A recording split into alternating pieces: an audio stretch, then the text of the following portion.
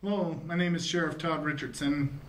Part of the new emphasis that we're putting for the Sheriff's Department is communicating well with the public.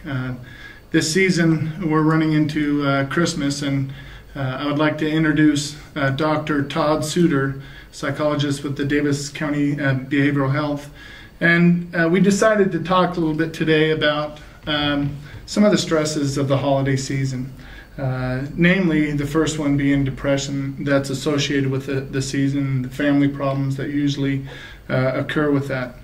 Dr. Soutor, what's your, I know that we as police officers, we deal with this every year, and one of the hopes of this program is to do an outreach to the public and let them understand the services that might be out there in Davis County to help them out during this high stress times. Can you give us a brief rundown of maybe some of the things that behavioral health will be able to provide? Sure. I first of all appreciate the opportunity to partner up with the Davis County Sheriff's Department. We're happy to be a good partner and certainly want to provide the best services we can to the public and the community at large here in Davis County.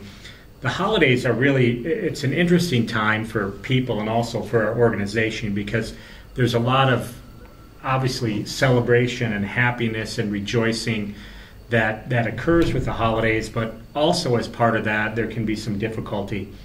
Families getting together, people having to kind of confront some of the difficulty in their lives or some of the loss that they've experienced or the hard economy, and oftentimes you'll get family members who may have conflict or disagreements, and we encounter quite a bit of that with the folks that we work with. And generally we have two sort of different approaches. We have an approach where we will help anyone we possibly can in the community with immediate crisis situations through our crisis line. Davis Behavioral Health has a 24-hour crisis line. The number is 801-773-7060. As I said, that's a 24-hour crisis line where we really will handle any calls from any people, even outside the county, if they don't have a place to contact or don't know a place to contact. That number is staffed 24/7, holidays, Christmas Eve, New Year's Eve, New Year's. The focus of that service will be to try to help folks get through an immediate crisis situation that they're dealing with. And I imagine that when we look at this, obviously a lot of people know that 911 is also a service that's provided. So if they forget all the other numbers, if they would just dial 911, we could actually go out there, assess the situation, and provide them with the numbers to contact as well. Excellent point. And we certainly want to try to help anyone that's in a crisis situation. When we get those calls, if they do come into Davis Behavioral Health, when we get those calls, again, we want to deal with the immediate situation. Sometimes when people are having difficulties or family members are having difficulties, we really try to resolve the situation, and sometimes the action is just simply as having a discussion, talking about coping skills, talking about a safety plan, and encouraging people to call back if they need that assistance in the future. That's kind of the lowest level of response, and most of those calls do get resolved in that manner. But there are times when things may be more intense and there may be some safety concerns or maybe some suicidal kinds of issues that come up, and we certainly help people get the immediate treatment at that time to get past that dangerous situation. That's a great statement, and you know, that kind of leads me to a segue to my next question is, obviously if you're alone, those numbers can work to receive help. But as a family member, how do you deal with a suicidal individual or a suicidal situation? We really encourage our family members when they're calling about a loved one who may be depressed or suicidal. We encourage the caller to allow us to try to have some contact with that individual. And we have a mobile outreach component to our crisis team where we will try to, if the caller is comfortable, we'll try to come into the home with a team of 2 people and try to help assess and resolve the situation. As a part of that outreach, we may also have law enforcement assist us if that's needed or warranted. Mm-hmm.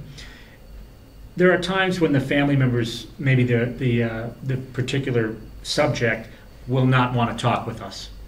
And in those circumstances, we then try to coach the family member about what they can do to be able to assist their loved one. We do encourage them to ask specifically about suicide. Ask, have you thought about suicide? Is it getting bad enough where you're thinking about hurting yourself? So that's not a taboo question. That's one of the things that you actually can ask them. Do you feel like you're going to hurt yourself? That is correct. That's a good point. And some people will get afraid and they'll think, well, gosh, if I ask them, that may put them over the edge. And in reality, that's not the case, and that doesn't happen. What we want to do is to get people to try to talk about that, and in fact, it's often a relief that has been opened up as a thing to discuss and talk about. Suicide is a permanent solution to a temporary problem, and we really want to get people past that time period of not knowing what to do, give them an opportunity to understand that they can solve their issues and get them moving on past that time period. Great.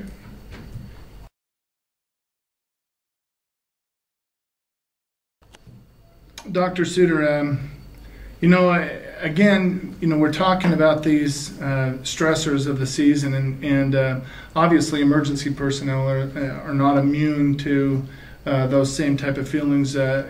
Working in the field for as long as I have, I've had friends and co-workers that have felt depressed and alone at these times.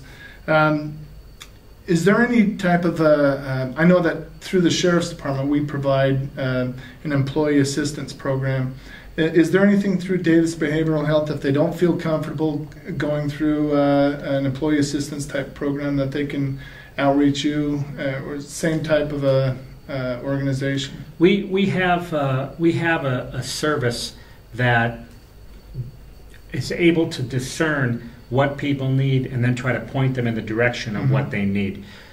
Some people maybe have a bit of a misconception at Davis Behavioral that we can only treat Medicaid people, and that's not true. That's not the case. The majority of our population are people who have Medicaid insurance, but we also do provide services to people who have other private insurance. Mm-hmm. We provide services to people who don't have any insurance, and we try to serve in some sense every single person that calls us. Now, some of the services may be a long relationship where we treat people over several years.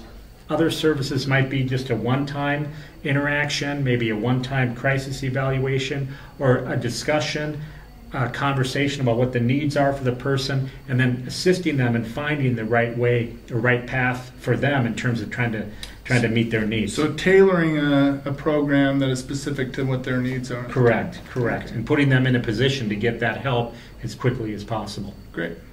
When we looking at doing a segment like this, obviously this is going to be a first segment of several that I hope to present in the future. One of the things that we wanted to make sure and provide are whatever type of links that you have that might be available to the public or to emergency service personnel or anybody else that is feeling like they need some help at this time. Do you have any of those links that are provided? Well, our website is www.davisbh.org, and there are links on that website from things as detailed as the kind of services we provide and the locations where we provide our services, to more general things as just wellness tips, living well, eating healthy, having a real well-rounded lifestyle that leads to healthy living. Good. Well, as we wrap this up, again, this is something that we're looking forward to in the future, and having Dr. Soutor come back again and address some of the issues that might be pertinent to Davis County and making sure that everybody's taken care of. And So I invite you on a case-by-case basis. We're going to be bringing you back and chatting with you on some other things. So I appreciate all your help and afford you a very Merry Christmas at this time. Look forward to it. Thanks, Sheriff.